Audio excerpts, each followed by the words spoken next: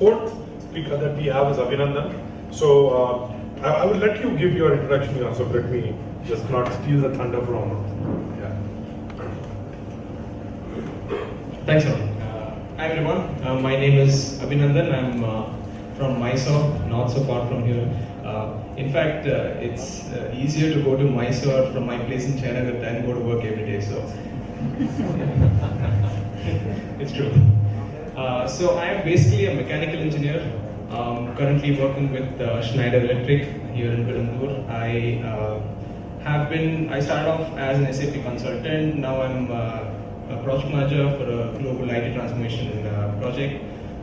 So the career has been going good so far. There's no reason to quit and do an MBA. It's been going the direction the way I had wanted it to. So why MBA, right? Have any of you heard of this person called Casey Neistat? Sorry? Casey Neistat? So this person is a blogger. So he basically shoots common everyday videos of what he does throughout the day, and he just puts stuff, consolidates it into a 7 to 10 minute video and uploads it on YouTube. He's so famous that he gets almost up to 1 million to 2 million views on each of his videos, and that he makes millions of dollars on his videos. It's very interesting that last year when I was going through one of his videos, he came out with a video, and at the end of the video he said that he's going to stop vlogging. There is not going to be any more vlogs on YouTube anymore. And the reason which he gave was very resonating with what I was going through as well. So he said that he had come to a point where everything started becoming very easy and simple. There was no challenge left anymore. So the stuff that he was doing, which was difficult initially when he started out, it was not so difficult anymore. It was a piece of cake what he was doing. And he said that in order for him to grow as a professional, as a human being, it was very important at that stage. He had to stop what he was doing and do something else, something better, something bigger. I think when I saw that video, I had that aha moment, right? So I was like, oh, now I know why I want to do an MBA. So that was kind of an epiphany that I had as well, and I was able to justify why I wanted to do an MBA as well. I was not able to put it into words when people ask me why you're doing an MBA when you have such a great career going on. But that video sort of gave me a reason why, and justify to people why I was planning to do an MBA. Right. So when I decided to do an MBA, the first step is always GMAT, right? That's the toughest part. So I started out, I thought, you know what, I don't need anyone. I'm brainy enough to just crack GMAT myself. Went horribly wrong.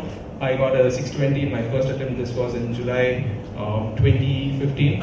And the quant part was good. I got a 49 or 50, I don't remember. The total is 51, right? So I got a 49, I think, or 50, I don't know. But verbal was really bad. And I thought, before clicking the final submit button, I thought, oh my god, this has been phenomenal. I'm going to ace it. I'm going to get 720 and I submit and I see the 600 score. So the problem was, math I knew where I'd gone wrong. The problem with verbal was that I had no clue where I'd gone wrong. Right? So, and that's a problem. When you know where you're going wrong, you can at least work on that. But I had no idea where I was getting it wrong in verbal. That's why I decided to approach Crackverbal, and I started in September 2015, and I retook the GMAT in December. Later that year in 2015, I got a 710, not too bad. And I decided to stick to the score and apply to the B-school of my choice. And now again, I got into Rotman. The basic question would be why Canada, right? Any of you are planning to apply to any of the schools in Canada? Is Trump the reason?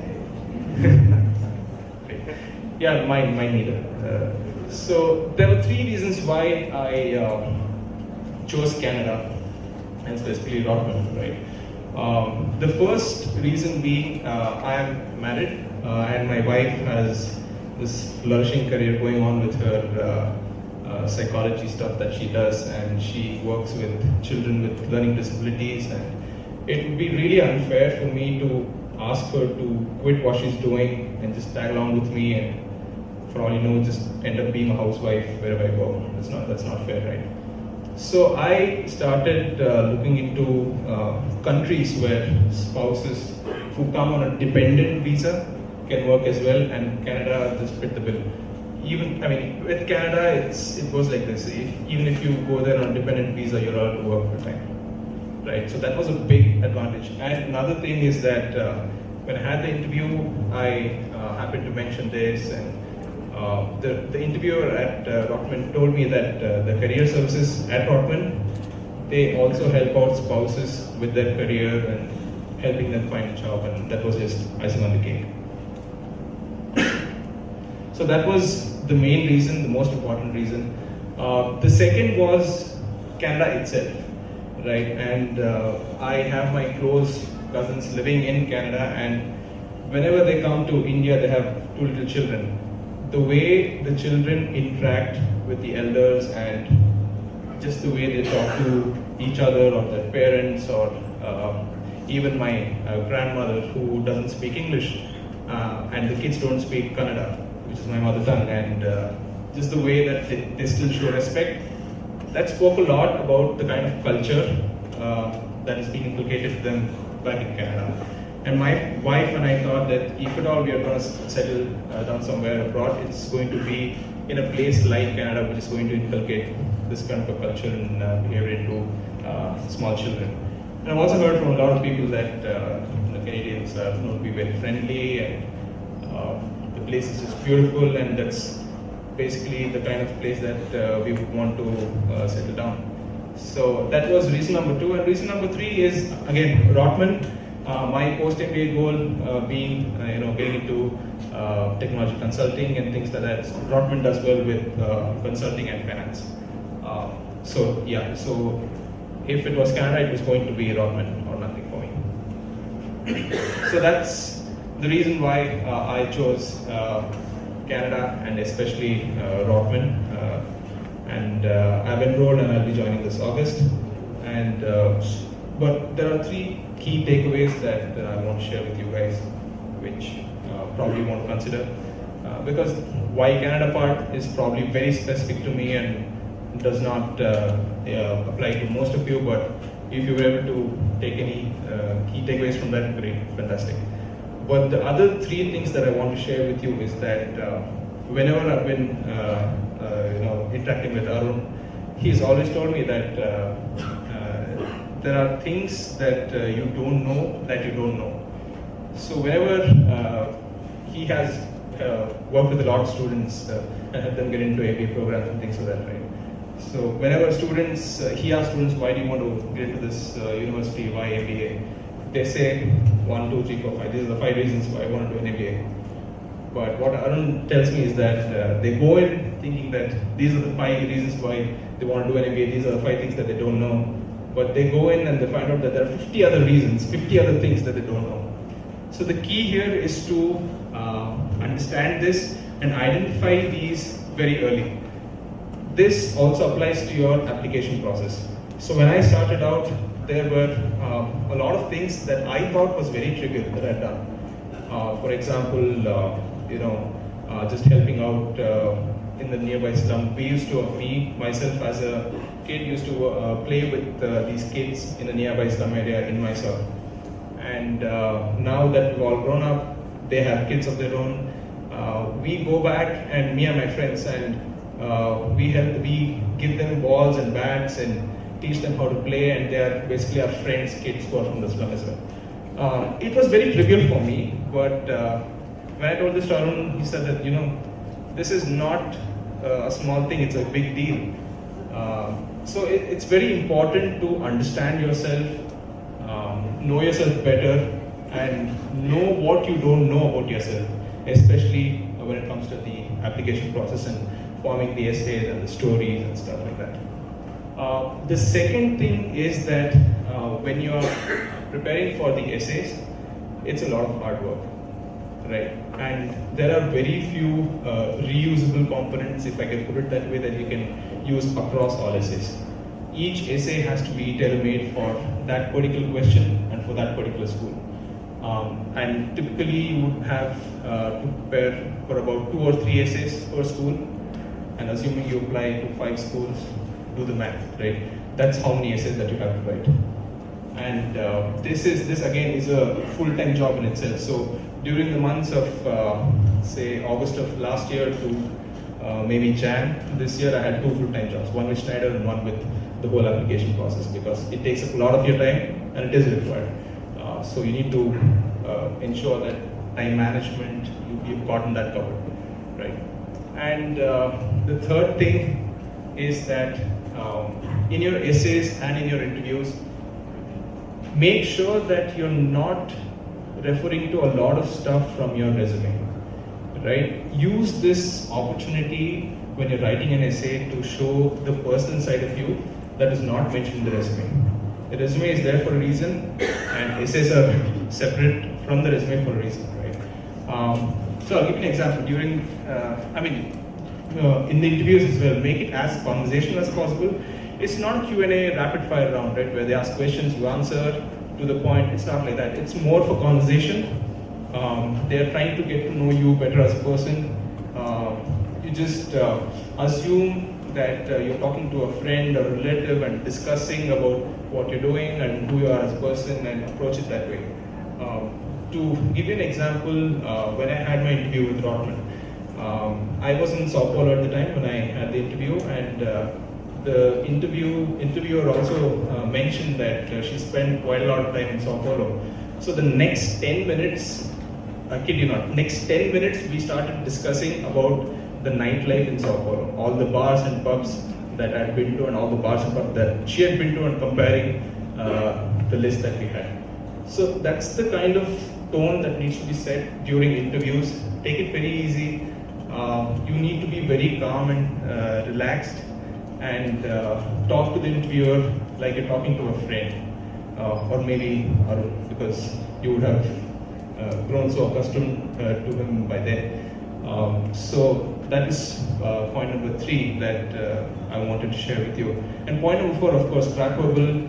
They've helped me a lot, specifically. I had no idea before starting. This time last year, I was one among you guys.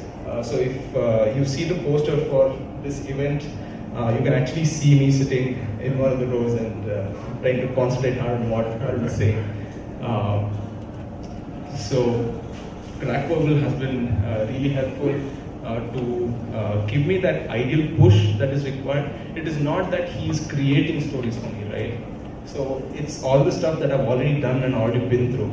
So he's just trying to help me put that down on paper and give you the right amount of push to get the best story out of you that you've already done, by the way. But yes, I've not been endorsed to say this. He's not paying me to say this, but on the other hand, I have paid him for his services.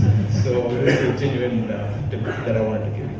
Yeah, that's my 2 cents on what I want to share. Thanks. I think great points. In fact, many of them are thinking that I hope my interviewer comes from Marathali, because I know bars and pubs in Marathali. But jokes apart, the thing is that both whenever we about both Mancha and Abhinandan, just some examples, right? The first essay that you send, usually they go through a post-trauma stress syndrome, because it looks like a Rangoli paper, right? So whatever you think is your best idea, the whole idea is to kind of take that out.